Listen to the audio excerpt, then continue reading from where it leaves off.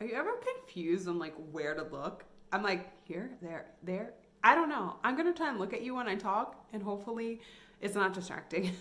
So I have been living abroad for over 4 years. When I moved, I had no idea what I was doing.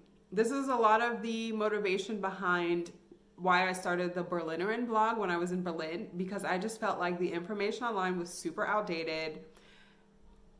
No one was really telling you what you needed to do in order to start your life in this new country. A lot of the information was wrong. And now I get a lot of people messaging me asking about what the process has been like relocating to a new country, and especially investing in property abroad. So this is going to be about three things, kind of what you might want to consider before relocating, some challenges you might face when you arrive, and if you're looking for property to invest or you're curious about the process. I just want to say I'm not an expert on anything. So this is just my experience. I've also only had experiences in the European Union. So if you were thinking of moving to countries in Asia or Africa or South America, like honestly, I don't know. You just have to look. So this is the thing that I'm also going to preface this by saying, with each country, their policies are unique, and it also depends on the individual situation. So your situation may be very different from mine or the people that I've talked to that have gone through this process as well.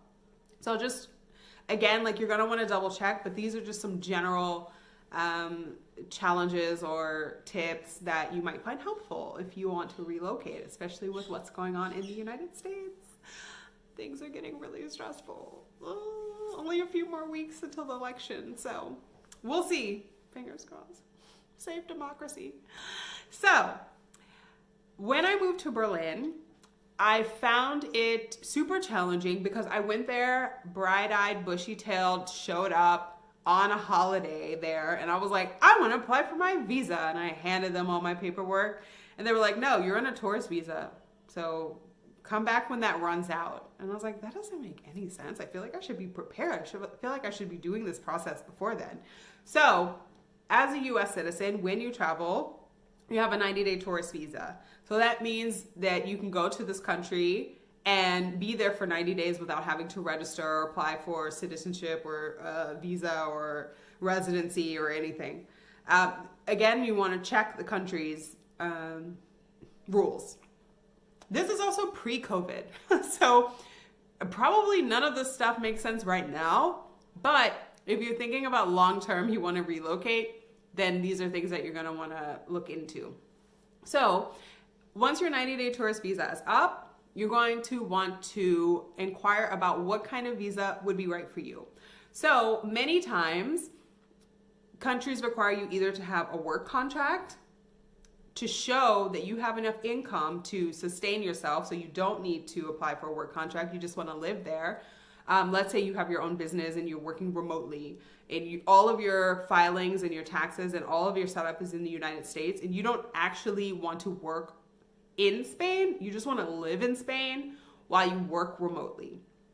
So this is a different type of visa. Maybe you're freelance, you're a freelance writer, you're a freelance artist, and you're going on a project by project basis. So there's all different types of visas that you are gonna wanna see, like what goes best with your situation. You're gonna want to make sure that you have a certain list of things. So again, each country is different, but for the most part, you're gonna have to have a local bank account. You're gonna have to have health insurance that covers you in this country. You're also, if you're going on the work visa, which was impossible in Berlin, I had to have a work visa in order to get a job, but I couldn't get a job without a work visa. So I basically was just running back from this interview to the immigration office, like, look, I have this paper. And they're like, no, this is not enough. And then I go to the job and they're like, oh, we can't help you. And so this is like super stressful, but as you can see, I survived. I made it. You can too. Don't let any of this deter you. If you really want to move abroad to a new country, do it. I also didn't know the language. So I had tried to do a little babble before I moved, but I was by no means able to communicate with anyone once I moved to Berlin. You may want to hire a interpreter, depending on the country that you're moving to, if you don't know the language that they speak there. For me, I'm very DIY. I did everything myself. It took me longer. Probably if I hired someone, it would have taken me one visit as opposed to like 17. I was at the immigration office very early, 5 a.m. in the morning, trying to get my residency. I mean, it worked, but I just went the long route, you know? I like to do the scenic route that's full of stress. So maybe you prefer to hire someone. You can inquire legally. You can hire an interpreter, a translator, all these things. You also, for Spain, which I found super interesting, you had to show that you're in good health. So this is also something that you want to consider. I'm not sure exactly what would rule you out if you have a certain illness, what would rule you out. But again, you have to go to the doctor and get like a general certificate of health. Something that's also super important. So when I was in Germany, as I mentioned, I was already going to the immigration office early in the morning. In Spain, you have to apply in your country of origin. So despite the fact that I live here, I got all the things. I got my health insurance. I got my local phone number. I got my local bank account. I have my proof of savings. It doesn't matter. I have to go back to my country of origin. So this is also something you're going to want to consider if you say, okay, I'm going to go here on a 90-day tourist visa, hang out, see what life is like.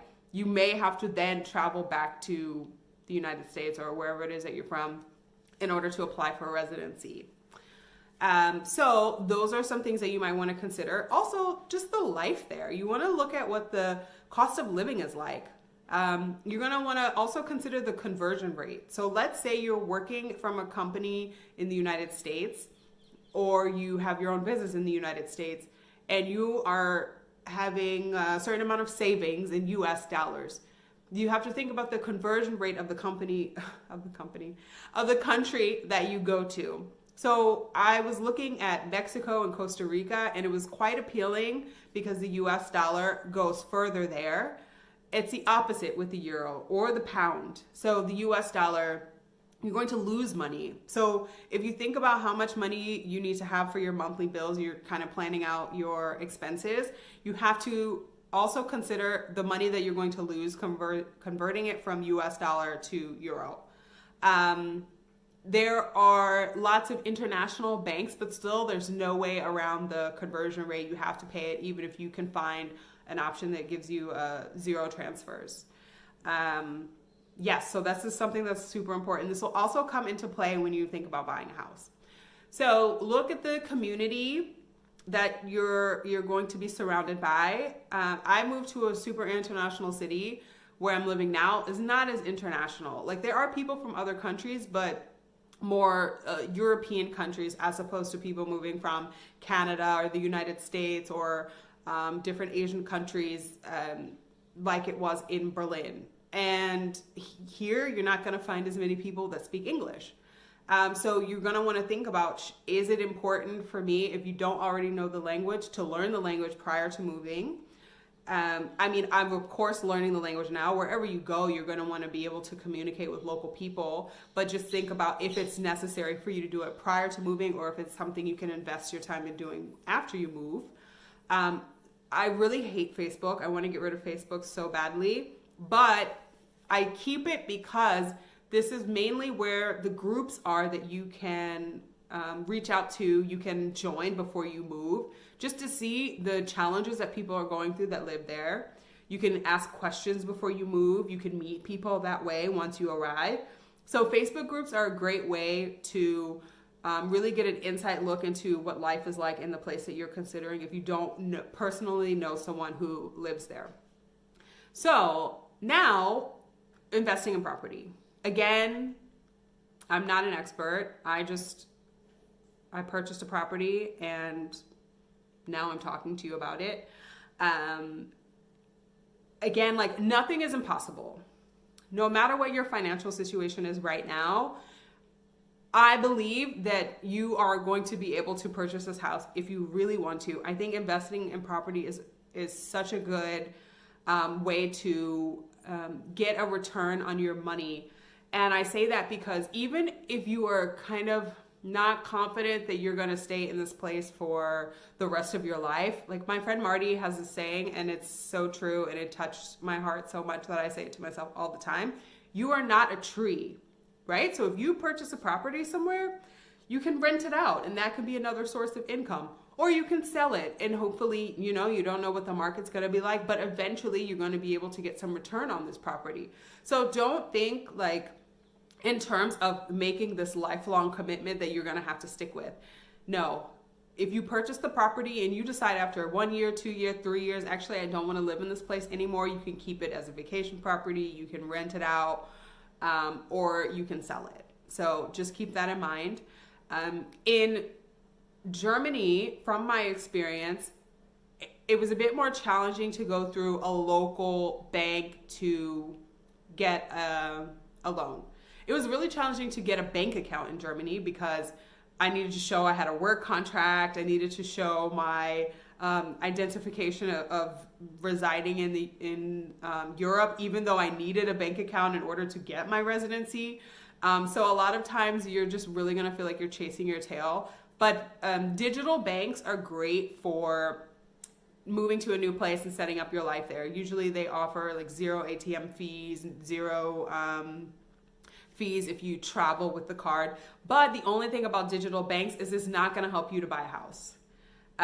You more than likely will have to get a check, and digital banks do not issue checks. Most banks don't issue checks anymore. However, traditional banks do have this option. So if you're thinking about purchasing a property, you're gonna want to complement your digital bank with a local traditional bank. With the loan process, from what I recall, not very many banks offered 100% financing.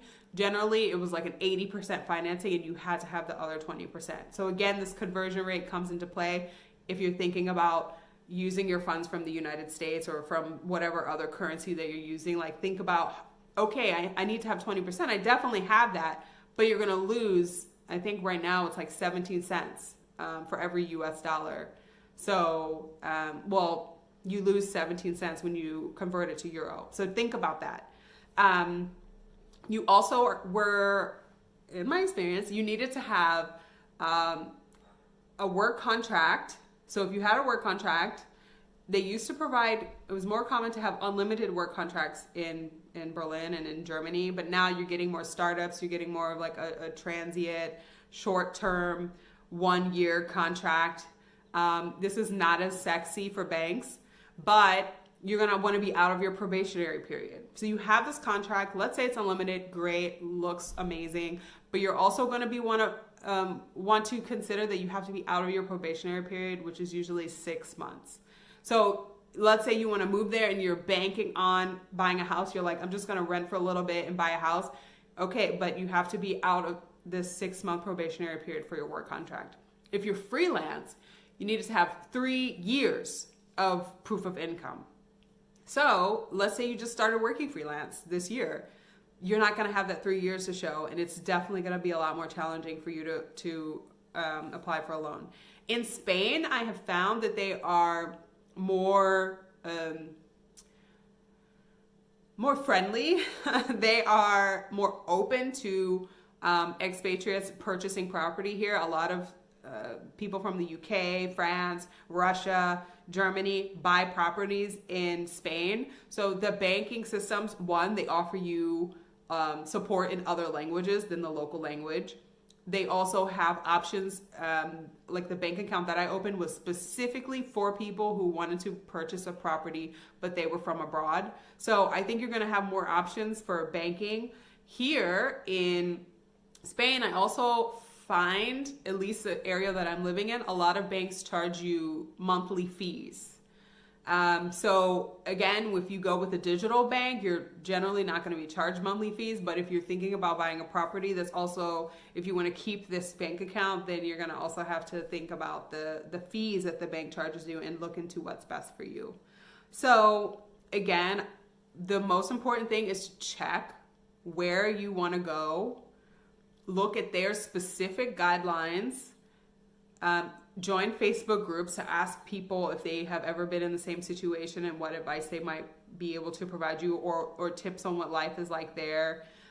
Visit the place beforehand, because everything looks so different online, even on Instagram. Like, of course, we know it's filtered to look amazing, but when you go there, you really need to look at the infrastructure. What is the transportation like? Am I going to need to buy a car? Is that another investment that I need to make? Or can I take public transportation? It's super reliable. If you have children, like looking at the education system there. But what I have found is more times than not, it's better than the United States. The healthcare, the education, the human rights. So just so you know, the more you know. So I hope this helps. Thanks for enduring my voice this long. And again, like, if I can help in any way, if there's something that I somehow missed, but I feel like this is really a good starting point if you are considering moving abroad, living abroad, buying abroad. Did I just make a tagline? Who knows? But anyway, thanks for watching. Enjoy the rest of your day. Happy house hunting, happy country hunting, and vote. I'm sorry. I know everyone is saying that, but I just had to say it now, just for good measure. Bye.